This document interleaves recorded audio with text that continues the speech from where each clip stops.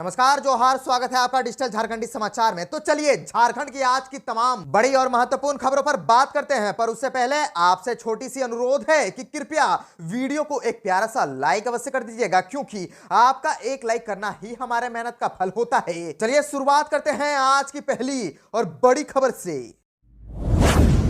इस वक्त की बड़ी खबर झारखंड से आ रही है, जहां झारखंड में चुनाव परिणाम से पहले हेमंत सोरेन का बहुत ही बड़ा बयान सामने आ गया और कार्यकर्ताओं को भी किया संबोधित। दरअसल मुख्यमंत्री हेमंत सोरेन झारखंड मुक्ति मोर्चा के कार्यकर्ताओं में जोश भरा। चुनाव से संबंधित फीडबैक लेने के साथ साथ उन्होंने कार्यकर्ताओं के प्रति आभार भी प्रकट किया। आपको बता दें कि ऑनलाइन बैठक में उनकी मेहनत की सराहना करते हुए उन्होंने दोहराया कि भाजपा की साजिश को नाकाम करना है। सभी के दिन रात अपना खून पसीना बहा करके कड़ी से कड़ी मेहनत की है। 23 नवंबर तक हमें कमर कसकर यही जोश और जज्बा बरकरार रखना है। झारखंड मुक्ति मोर्चा के कार्यकर्ता भाजपा की हर साजिश को नाकाम करेंगे, झारखंड जीतेगा। और आपको बताते चले कि उन्होंने सभी स्तर पर स्ट्रांग रूम की निगरानी का निर्देश भी कार्यकर्ताओं को देते हुए कहा कि साथी दलों के साथ भी समन्वय बनाए रखे। इंडिया के सभी समर्पित कार्यकर्ता यह ध्यान रखे कि स्ट्रांग रूम पर जमे रहें और सभी गतिविधियों पर ध्यान दे। स्ट्रांग रूम सील होने के पश्चात और भी मुस्तैदी के साथ प्रशासन द्वारा चिन्हित स्थानों पर जमे रह करके मुस्तैदी बनाए रखे। और आपको बताते चले कि उन्होंने कहा कि याद रखें कि लड़ाई अभी खत्म नहीं हुई है, हम लड़ेंगे और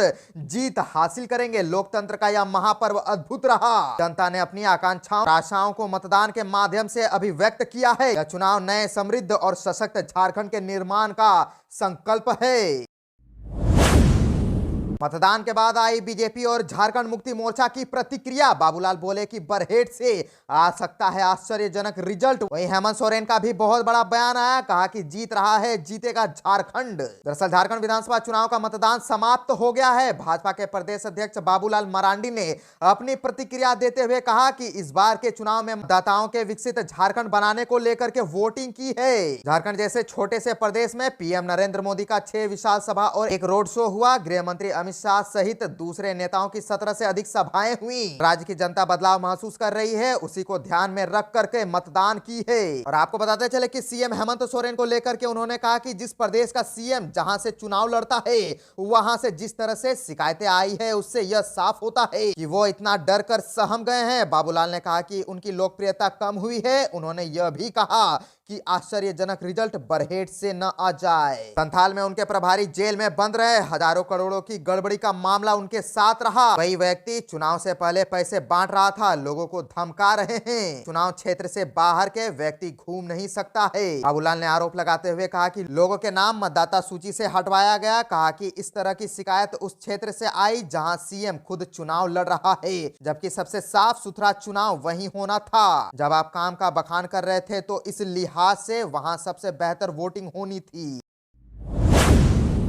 झारखंड चुनाव में मैया सम्मान योजना और गोगो दीदी योजना का खूब हुआ जिक्र। झारखंड विधानसभा की 81 सीटों पर 23 नवंबर को मतों की गिनती होनी है। तैयारियां भी पूरी कर ली गई है। सभी मतगणना केंद्रों को सुरक्षा किले में तब्दील कर दिया गया है। लिहाजा कुछ ही घंटों के भीतर साफ हो जाएगा कि हेमंत सोरेन फिर से सीएम बनेंगे या किसी और के सिर पर ताज सजेगा। सारा खेल इस बात पर निर्भर करेगा कि आधी आबादी की कृपा किस पर ज्यादा बरसी है। पूरे चुनाव के दौरान महिलाओं से जुड़ी 2 योजनाएं छाई रही। सीएम हेमंत सोरेन के नेतृत्व में इंडिया ब्लॉक ने मैया सम्मान योजना को जोर शोर से उठाया तो भाजपा भी पीछे नहीं रही। पार्टी ने गोगो दीदी योजना की घोषणा कर दी और भरोसा भी दिलाया कि भाजपा के नेतृत्व वाली एनडीए की सरकार बनते ही महिलाओं को सम्मान राशि के तौर पर हर महीने की 10 तारीख को 2100 रुपए दिए जाएंगे।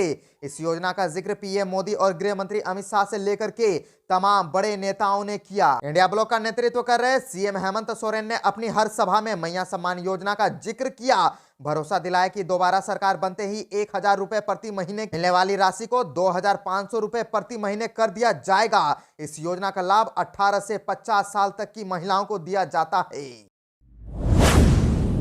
झारखंड बनने के बाद पहली बार सबसे अधिक हुई वोटिंग। सभी 81 सीटों पर 50% से अधिक मतदान। दरअसल झारखंड अलग राज्य गठन के बाद मौजूदा विधानसभा चुनाव में सबसे अधिक लोगों ने मतदान किया है। चुनाव आयोग द्वारा जारी आंकड़ों के मुताबिक वर्ष 2024 के विधानसभा चुनाव में 67.74% मतदाताओं ने अपने मताधिकार का प्रयोग किया है। यह पिछले 5 चुनावों में सबसे अधिक मतदान प्रतिशत है। और आपको बताते चले कि वर्ष 2019 में हुए चुनाव में यह 1.21% अधिक है। है। वर्ष 2019 में 66.53% लोगों ने मतदान किया था। वहीं वर्ष 2014 में विधानसभा चुनाव में 66.42%। आपको बताते चले कि मौजूदा विधानसभा चुनाव में सभी 81 सीटों पर 2019 की तुलना में 38,13,996 लाख अधिक लोगों ने मतदान किया। वर्ष 2019 में मतदाताओं की संख्या 2,30,00,000 थी। तो वर्तमान चुनाव में राज्य के सभी 81 विधानसभा क्षेत्रों में मतदान प्रतिशत 50 से अधिक रहा। यह पहली बार है जब सभी विधानसभा क्षेत्रों में आधे से अधिक लोगों ने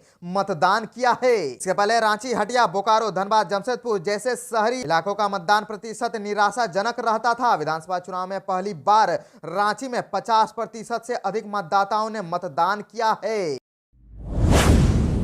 2 मिनट में सीएससी से 80,000 रुपए की लूट। चेहरे पर मफलर लगाए 3 लुटेरों ने वारदात को दिया अंजाम और पूरी घटना सीसीटीवी कैमरे में कैद हो गई है। दरअसल पलामू में हथियार के बल पर बाइक सवार 3 लुटेरों ने सीएससी से 80,000 की लूट की। साथ ही पिस्टल के बल पर बदमाश सीएससी संचालक का लैपटॉप भी लूटकर भाग निकले। इस वारदात को लुटेरों ने महज 2 मिनट में अंजाम दिया। घटना बीती रात सदर थाना क्षेत्र के डाल्टनगंज पांकी मुख्य पथ पर ग्राहक खुर्द में हुई है। और आपको बताते चले कि पूरी वारदात सीसीटीवी कैमरे में कैद हो चुकी है। सीएससी संचालक राकेश मेहता ने बताया कि हर दिन 8 बजे के आसपास दुकान बंद कर देता था। आसपास की दुकानें भी बंद हो चुकी थी। सन्नाटा पसरा हुआ था। इसी का फायदा उठा करके लुटेरों ने घटना को अंजाम दिया। और राकेश मेहता के बयान के मुताबिक राकेश मेहता ने बताया कि लुटेरे बाइक से 3 की संख्या में पहुंचे थे। आते ही एक लुटेरा मेन रोड पर बाइक के पास खड़ा रहा, जबकि 2 बदमाश सेंटर पर पहुंचे। यहां आते ही उन्होंने पिस्टल निकाल लिया और गोली मारने की धमकी दी। दोनों ने अपने चेहरे को मफलर से ढक रखा था।